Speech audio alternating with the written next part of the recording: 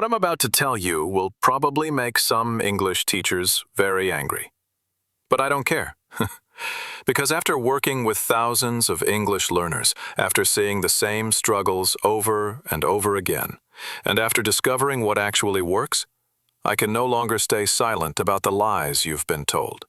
Yes, lies. Not mistakes, not misunderstandings. Lies. These are things that the English learning industry has been telling you for years. Things that sound logical. Things that sound helpful. But things that actually keep you trapped in a cycle of studying without progress. And today, I'm going to expose all 7 of them. I'm going to tell you the uncomfortable truth that nobody wants to say out loud. And I'm going to give you the real solution for each one. My name is Marcus, and welcome to Mr. English Guide, where we don't just teach English. We tell you the truth about learning English. Now, before we dive in, I want you to do something for me. If you've been learning English for more than a year and you still can't speak confidently, leave a comment right now and just say, "That's me."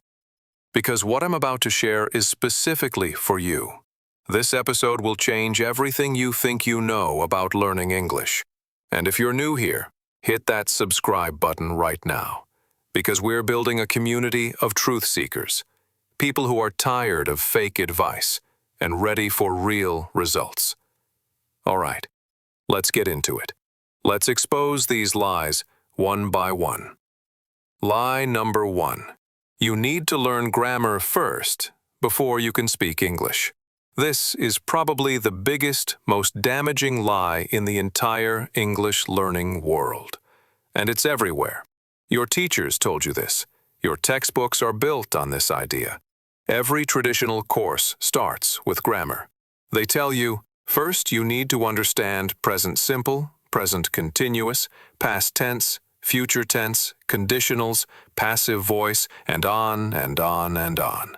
They say you need to master all these rules before you can start having real conversations. And you believe them. So you spend months, sometimes years, memorizing grammar rules. You fill in worksheets. You do exercises. You can explain the difference between present perfect and past perfect. Let me give you a real example. Imagine someone asks you, "What did you do yesterday?" If you're thinking about grammar, your brain does this. Okay, past tense, irregular verb, did plus base form, subject placement. And by the time you figure it out, the moment is gone. But if you've heard this question 100 times, if you've answered it 100 times, you just say, "I went to the store." No thinking, no translating, it just flows. That's the difference between studying grammar and acquiring language. So here's what you should do instead. Stop obsessing over grammar rules. Start listening to real English every day. Start speaking, even if it's just to yourself. Start shadowing native speakers. Let your brain absorb the patterns naturally. And yes, study some grammar. But study it lightly, maybe 20% of your time. Use the other 80% for input and output, listening and speaking. This is how you become fluent, not by memorizing rules, but by using the language. Now, if this is making sense to you, do me a favor. Pause right now and hit the like button on this video. It tells YouTube that this content is valuable, and it helps other learners find this truth. All right, let's move to lie number 2. Lie number 2, you need to speak perfectly before you speak at all. This lie is so dangerous because it stops people from ever starting. They think, "I'll speak when I'm ready, when my accent is perfect, when I know all the words, when I won't make any mistakes." But here's the problem. That day never comes, because perfection doesn't exist. Even native speakers make mistakes. I make mistakes. Everyone makes mistakes. Language is messy. It's alive. It changes. And it's full of errors. But you've been taught that mistakes are bad. That if you say something wrong, people will judge you. so you stay silent. You wait for perfection, and you never improve. Let me tell you something that will free you forever. Fluency is not about perfection. It's about communication. It's about getting your message across, even if your grammar isn't perfect, even if your pronunciation isn't native. I have a friend who speaks English with a very strong accent. His grammar isn't perfect, but he's one of the most successful people I know. He does business internationally. He has friends from all over the world. Why? Because he's not afraid to speak. He focuses on being understood, not on being perfect. And here's what's interesting. When you let go of perfection, you actually improve faster. Because you start practicing, you start getting real feedback, you start adjusting in real time. Mistakes are not your enemy, they are your teacher. Every time you make a mistake and someone corrects you, you learn. Every time you don't know a word and you find a way to explain it differently, you grow. So here's the truth. You need to speak imperfectly, often, starting today. Here's what I want you to do. Tomorrow, find one opportunity to speak English. Maybe it's with a language partner online. Maybe it's recording yourself. Maybe it's just talking to yourself in the mirror. And when you speak, make mistakes. Say things wrong, forget words, stumble through sentences, and feel proud that you tried. Because that's courage, and courage builds fluency. Now, before we continue, I want to ask you something. Are you enjoying this video so far? If yes, leave a comment below and just say, "Keep going." Your comments help this video reach more people who need to hear this truth. All right, let's go to lie number 3. Lie number 3. You need expensive courses, private tutors, or special programs to become fluent. Oh, this one makes me so frustrated. Because the English learning industry is a multi-billion-dollar business. And they want you to believe that without their $500 course or their $50 per hour tutor, you can't succeed. They create fancy marketing. They show you testimonials. They promise you fluency. I know people who became fluent without spending a single dollar. They used free resources. They practiced every day. They joined free speaking groups. And they reached their goals. The real question is not, what course should I buy? The real question is, am I using what I already have? Most people don't have a resource problem. They have a consistency problem. They have a discipline problem. They have a motivation problem. Buying a course doesn't fix those things. In fact, it often makes it worse. Because now you think, I bought the course, so I'm doing something. But buying is not learning. Buying is just spending money. Learning is when you show up every day. When you listen to English every morning, when you practice speaking every evening, when you don't give up when it gets hard. So here's what I want you to understand. The best investment you can make is not in a course. It's in yourself, in your habits, in your commitment.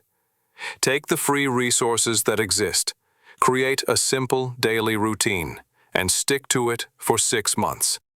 Just 6 months of consistent, focused practice using free tools. And I promise you, you will see more progress than someone who spent thousands of dollars but practiced inconsistently. Success in English doesn't come from what you buy, it comes from what you do. Now, here's a challenge for you. If you've been thinking about buying another course, stop. Instead, commit to using one free resource every day for the next 30 days. And tell me in the comments what resource you're going to use. I want to see your commitment. All right, let's move to lie number 4. Lie number 4. You must live in an English-speaking country to become fluent. This is another excuse that stops people before they even start. They think, well, I don't live in the UK or America or Australia, so I can't really become fluent. I'll never have enough practice. And yes, Living in an English-speaking country can help. You're surrounded by the language. You hear it everywhere. You're forced to use it. But it's not required, not even close.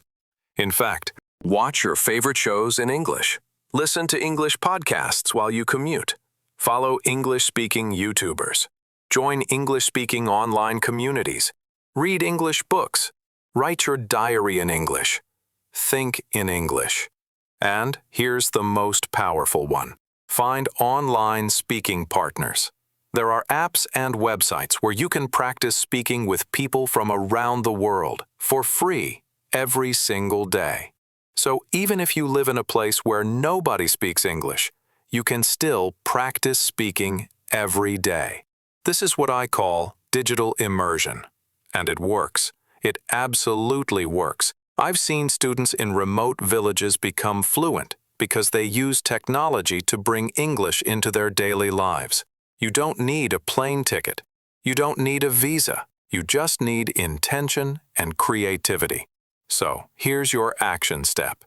This week, change 3 things in your environment. Maybe your phone language.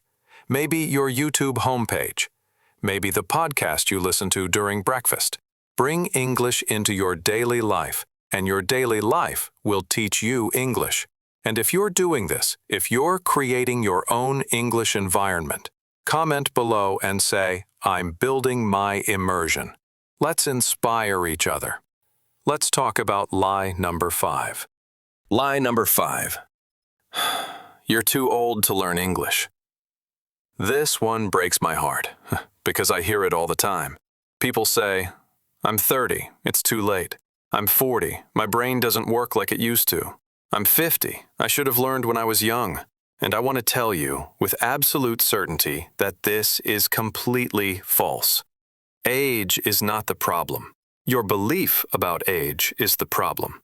Yes, children learn languages quickly. Their brains are wired for rapid language acquisition. But adults have advantages that children don't have. Adults have discipline. Adults have motivation. Adults understand how to study effectively. Adults can connect new information to existing knowledge. Children learn through play and repetition over many years. Adults can learn strategically, using proven methods, in much less time. I have seen people in their 60s and 70s become fluent in English. Not basic English, fluent English. Confident, conversational English. The difference wasn't their age, it was their mindset. If you believe you're too old, you will give up when it gets hard. You'll say, "See, I told you, I'm too old for this." But if you believe age doesn't matter, you'll keep going. You'll find solutions. You'll adapt. Here's a scientific fact. Your brain can form new neural connections at any age. This is called neuroplasticity. As long as your brain is active, it can learn. And language learning is one of the best exercises for your brain. In fact, studies show that learning a new language later in life can delay cognitive decline and improve memory. So not only can you learn English at any age, but learning English makes your brain healthier. Now, let me be honest. Yes, it might take a little longer than it would for a child. Yes, you might need to be more intentional about practice. But slower progress is still progress. And the beautiful thing is, when you learn as an adult, you appreciate it more. You understand the value. You use it with purpose. So if you've been using age as an excuse, I need you to let it go right now. Today, this moment. Your age is not a barrier. Your belief is the barrier. Change the belief, and you change your future. Here's what I want you to do. Lie number 6. Just listening to English is enough to make you fluent. This lie is subtle, and it's popular because it sounds easy. People say, "Just listen to English podcasts while you sleep. Just watch movies. Your brain will absorb it automatically." And yes, listening is incredibly important. I've said this many times. You need massive amounts of input. But listening alone is not enough. Here's why. Listening is passive. It trains your ears, but it doesn't train your mouth. It builds recognition, but it doesn't build production. You can listen to English for years and understand everything, but when someone asks you a question, you still can't respond fluently. Why? Because you never practiced responding. This is called the input-output gap. You have lots of input, but no output. Think about it this way. Imagine you want to learn to play the piano. You watch videos of people playing. You listen to piano music all day. You understand the theory. But if you never sit down and press the keys yourself, you won't be able to play. Language is the same. You need to use it. You need to speak. You need to write. You need to produce the language, not just consume it. Here's the balance you need. 50% input, 50% output. Listen to English every day, yes, but also speak English every day. Shadow podcasts, repeat sentences, talk to yourself, record your voice, have conversations. This is how you close the gap between understanding and speaking. I see so many learners who say, "I understand everything, but I can't speak." And when I ask them, "How much time do you spend speaking?" they say, "Almost none." That's the problem. You're only doing half the work. So here's your assignment. Starting today, for every 10 minutes you spend listening to English, spend 10 minutes speaking English. Match your input with output. It doesn't have to be perfect. It doesn't have to be with another person. Just use your voice. And if you commit to this, drop a comment and say, "Input plus output equals fluency." Let's make this your new mantra. All right, one last lie. The biggest one. Lie number 7. Fluency will just happen someday if you keep studying. This is the most dangerous lie of all, because it lets you stay comfortable. It lets you avoid action. It lets you tell yourself, "I'm working on it. I'm making progress. Someday I'll be fluent." But someday never comes. Someday is a dream. Someday is an excuse. The truth is this: fluency doesn't happen to you. You make it happen. You don't become fluent by accident. You don't wake up one day and suddenly you're fluent. It doesn't work that way. Fluency is built through daily, intentional practice, through small actions repeated over time, through pushing yourself when you don't feel like it, through speaking even when you're scared. It's built through decisions, the decision to practice today, the decision to speak even when it's uncomfortable, the decision to keep going when you don't see immediate results. Here's what I need you to understand. If you keep doing what you're doing now, you will keep getting the same results. If you've been studying English for 5 years and you still can't speak confidently, then your method isn't working. And hoping it will magically start working is not a strategy. You need to change something. You need to take different actions. You need to commit to a system that actually works. And the system is simple. It's not complicated. Here it is. Listen to English every day. Shadow what you hear. Speak to yourself in English. Join speaking groups. Record your voice. Make mistakes. Learn from them. Repeat. Every single day. Not when you feel like it. Not when you have time. Every single day. If you do this, if you truly commit to this for 6 months, you will be a completely different English speaker, not someday, in 6 months. But it starts today, right now, this moment. So here's my final question for you. Are you ready? Are you ready to stop believing the lies? Are you ready to do what actually works? If yes, I need you to make a decision right now. Tell me in the comments, "I commit to 6 months." Write it down, make it real, and then start. All right, my friend, we've covered a lot today. 7 lies that keep people stuck, and 7 truths that set you free. Let me remind you of them quickly.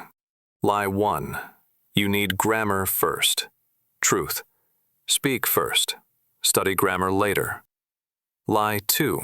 You need perfection. Truth. You need practice, mistakes and all. Lie 3. You need expensive courses. Truth. You need consistency with free resources. Lie 4. You need to live abroad. Truth. You need to create an English environment where you are. Lie 5. You're too old. Truth. Age is just a number. Mindset is everything. Lie 6. Listening is enough. Truth. You need input and output, listening and speaking. Lie 7. Fluency will happen someday. Truth. You create fluency through daily action, starting now. These are the truths. This is the path. And now you know. So what will you do with this knowledge? If this video helped you, if it opened your eyes, please hit that like button. Share it with someone who needs to hear this. And subscribe to Mr. English Guide for more honest, real advice about learning English. Thank you so much for being here. Thank you for having the courage to seek the truth. I believe in you. I know you can do this, and I can't wait to hear about your success. Until next time, keep learning, keep speaking, and keep breaking through those lies. You've got this. Goodbye for now.